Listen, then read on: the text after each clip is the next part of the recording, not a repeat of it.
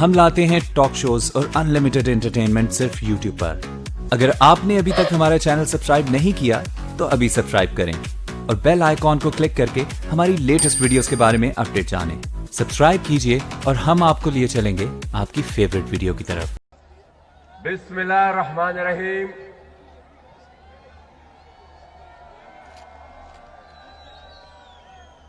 Stage پر موجود P D M کے قائدین اور یہاں پر اس پنڈال میں موجود میرے تمام جمہوریت پسند ساتھیوں، سب سے پہلے تو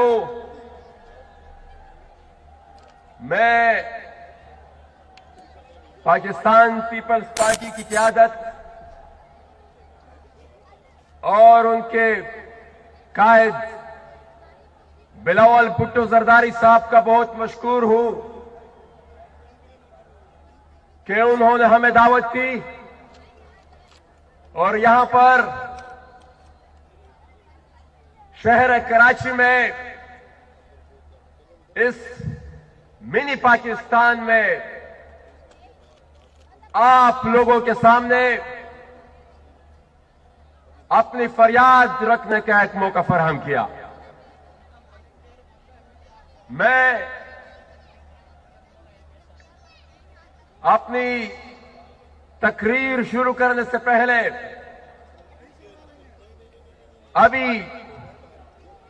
اب سے چند گھنٹہ پہلے ہمارے شمالی وزیرستان کے پشتون تحفظ موومنٹ کے رہنما عید الرحمان وزیر کے چچا رئیس خان وزیر، جن کو ٹارگٹ کلنگ میں قتل کر دیا گیا ہے، میں اس کی شدید مذمت بھی کرتا ہوں اور ہمارے ملک کے اس سیکیورٹی اپریٹس پر یہ واقعات ایک دفعہ پھر ایک سوالیہ نشان اٹھاتے ہیں کہ کیوں کر اتنے بڑے آپریشن کے باوجود کیوں کر ایک چھوٹے سے ضلع میں اتنی بڑی تعداد میں سیکیورٹی فورسز کی موجودگی کے باوجود اس طرح کے واقعات ہو رہے ہیں، تو میں اس ملک کے حکمرانوں کو، وزیر اعظم عمران خان صاحب کو، اگر وہ وزیر اعظم ہے تو جواب دے کہ ان کی وجوہات کیا ہیں۔ میں آج کے دن شہدائے کارساز کو، ان شہداء کو جن کو آج ہی کے دن ایک خودکش دھماکے میں شہید کیا گیا تھا،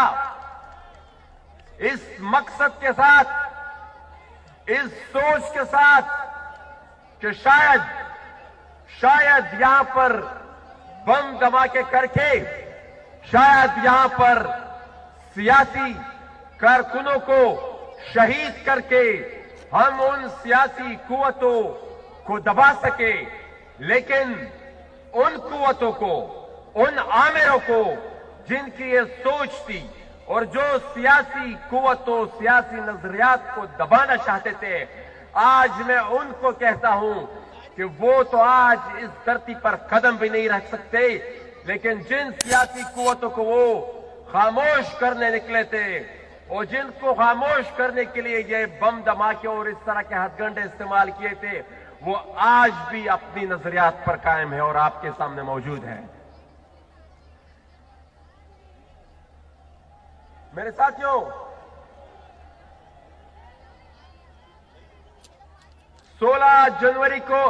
16 تاریخ کو गुजरावाला में एक जलसा हुआ था। उस जलसे में पाकिस्तान की 3 दफा मुंतखब वजीर आजम मियां नवाज शरीफ साहब ने कुछ खदशात का इजहार किया था। मियां साहब ने पाकिस्तान के मौजूदा आर्मी चीफ पर कुछ इल्जामात लगाए थे और वो इल्जामात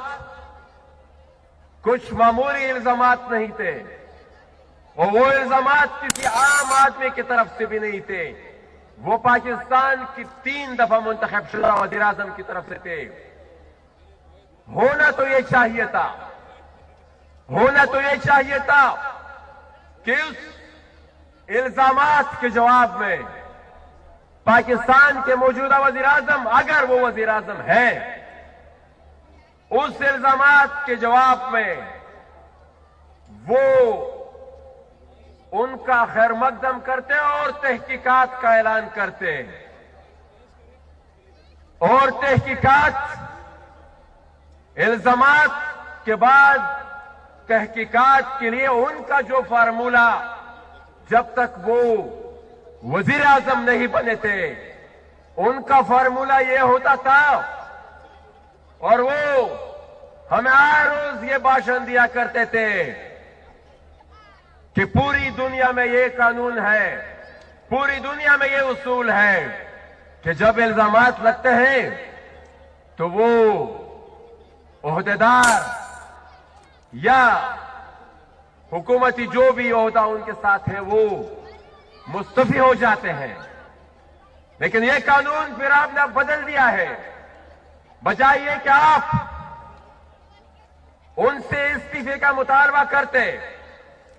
वो इल्जामात जो लगे थे मौजूदा आर्मी चीफ पर, आप उन इल्जामात की तहकीकात करते, आपने उल्टा रद्द अमल में अटैक करना शुरू कर दिया, जवाबी वार शुरू कर दिया आपने। और जवाबी वार में भी आपने कुछ मजीद जर्नल को इन्वॉल्व कर दिया। इसका जवाब आपने नहीं दिया, इसकी वजाहत आपने नहीं की कि जो इल्जामात लगे उसमें कितनी सदाकत है। आपने सिर्फ ये कह दिया था कि फलाने सल में एक और जर्नल ने भी इस तरह किया था। तो जनाब इमरान खान साहब, हम आज फिर आपसे मुतालबा करते हैं कि अगर आपके इल्जामात में हकीकत है या मियां साहब ने जो इल्जामात आप पर लगाए थे, इन 2 अफराद पर लगाए, तो उनमें हकीकत है, उन सब के दूध का दूध पानी का पानी हो जाए। आप आज ही ऐलान करें कि सन 48 से लेकर आज तक जो कुछ भी हुआ है इस मुल्क में, हम उसके लिए एक ट्रुथ कमीशन बनाते हैं। जो आपने इल्जाम लगाया है उसकी भी तहकीकात करे, जो मियां साहब ने इल्जामात लगाए उसकी भी तहकीकात करे। और ये हमारे पीडीएम के इनिशियल ड्राफ्ट में भी यह बात मौजूद है। और ये उन बबड़ के उन शुहदा का भी तहकीकात करे कि कौन कौन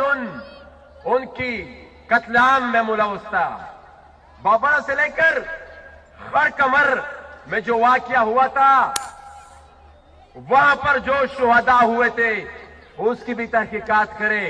कि कौन उसमें मुलव्वस था। ये जितने आमिर यहां पर गुजरे हैं, जितनी जंगी यहां पर गुजरी हैं, चाहे वो अयूब खान आए थे, चाहे वो जियाउल हक का मार्शल आया था, चाहे वो परवेज मुशर्रफ का आया था, ये ट्रुथ कमीशन फिर उन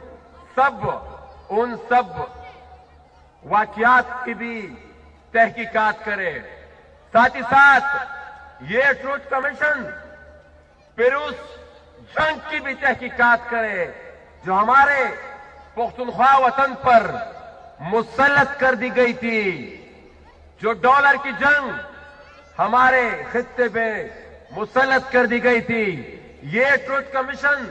फिर उस जंग की भी तहकीकात करे कि उस जंग में किस किस जर्नेल ने अपनी तजोरियां बरी है, कौन कौन उससे मुस्तफीद हुआ है, और ये जो हमारी दो नस्लों को उन्होंने इस डॉलर की जंग में तबाह बर्बाद कर दिया था, उन की खून का भी फिर पता चला सके कि कौन इसके खून में मुलविस था और किन के मंसूबों की वजह से ये हमारा खित्ता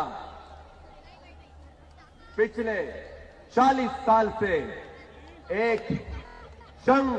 मुसल्लत कर दी गई थी और एक आग में हमें धकेल दिया गया था, जिसके कॉन्सिक्वेंसेस फिर पूरे पाकिस्तान को देखने पड़े। ये ट्रुथ कमीशन फिर ज़र्ब-ए-अज़ब ऑपरेशन और ऑपरेशन रद्दुल फसाद का भी थोड़ा एहतसाब करे कि यह ऑपरेशन आया दहशतगर्दों के खिलाफ हुए थे या ये ऑपरेशन हमारे घरों से सामान की चोरी के लिए हुए थे। ये कमीशन फिर उस अमल की भी तहकीकात करे कि एहसानुल एहसान कहां से आया था, किस अदालत में उसको पेश किया गया था, कौन से उस पर जराइम थे, कौन सी उस पर एफआईआर थी, किस सेफ हाउस में उसको रखा गया और फिर किस तरीके से उसे जाने दिया गया। हम जब अपने खित्ते में दहशतगर्दी की बात करते हैं, बावजूद इस अमल के कि इतने बड़े बड़े ऑपरेशन हुए, इतने बड़े बड़े दावे किए गए, लेकिन दहशतगर्द अब इस पूरे खित्ते में फिर से रिग्रुप हो रहे हैं और हमें खतरा यह है कि शायद कहीं किसी और जंग का कोई और कॉन्ट्रैक्ट मिलने वाला है और उस कॉन्ट्रैक्ट के लिए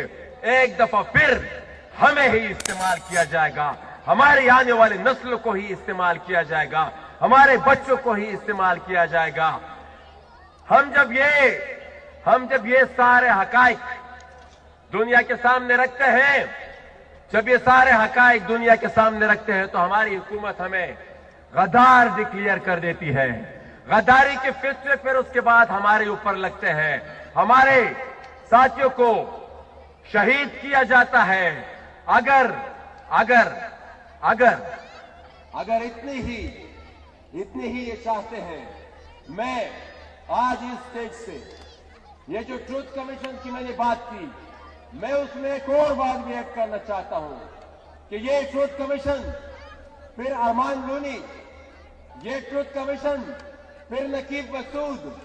ये ट्रुथ कमीशन फिर ताहिर दावड़ और आरिफ वजीर के कत्ल की भी तहकीकात करें। क्या वजह है कि यहां पर वाकयात होते रहते हैं, सियासी वर्कर कत्ल कर दिए जाते हैं, लेकिन कोई तफ्तीश नहीं। तो कुछ तो है जिसको छुपाने की कोशिश की जा रही है। हम इस स्टेज से ये वाज़ेह पैगाम देना चाहते हैं कि ना आपकी टारगेट किलिंग हमें अपने नजरियात से हटा सकती है, ना आपके बेबुनियाद एफआईआर हमें अपने नजरियात से हटा सकती है। मेरे साथियों, अखलाकी और इंसानी गिरावट की आप इंतहा देखें कि और तो जब हमारे कारकुनों पर बस नहीं चला तो हमारे कारकुनों के वालिदैन को उन्होंने बेबुनियाद केसेस में फंसाने की कोशिश की गई। हमारी एक रहनुमा गुलालई इस्माइल के वालिदैन पर बेबुनियाद दहशतगर्दी के केसेस बनाए गए हैं और ये वही गुलालई इस्माइल थी जिनको इसी रियासत पाकिस्तान में चंद साल पहले अवार्ड से नवाजा था और जिसकी एप्रिसिएशन में आज کہ موجودہ پاکستان کے صدر عارف علوی کی ٹویٹس بھی موجود ہیں، لیکن وہ ٹویٹس اب اتنی ہائی لائٹ ہو گئی ہے کہ وہاں سے یہ لوگ یو ٹرن بھی نہیں لے سکتے اور ڈیلیٹ بھی نہیں کر سکتے۔ میں اس موجودہ صورتحال میں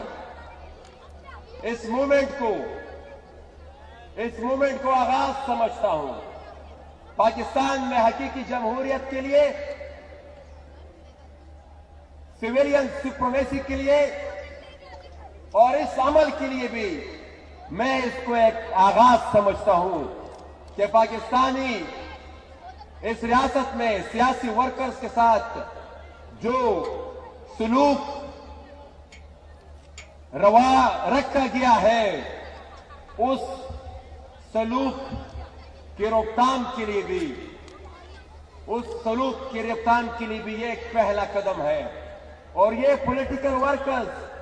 ان کا تعلق پاکستان میں چاہے جس بھی علاقے سے ہو،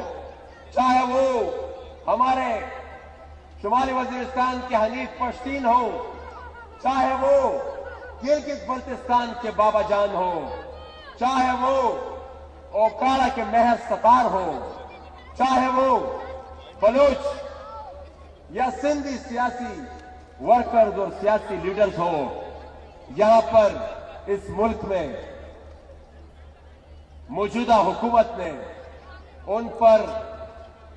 سیاسی نظریات کے بنیاد پر جو بے بنیاد کیسز بنائے ہیں، میرے خیال میں یہ اس کی مثال ہمیں آمریت اور بدترین آمریت میں بھی نہیں ملتی۔ اور یہ اس موجودہ حکومت کو میں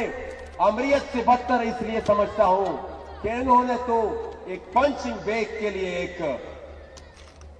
مصنوعی وزیر اعظم کو بھی آگے بٹھایا ہوا ہے۔ حقیقت میں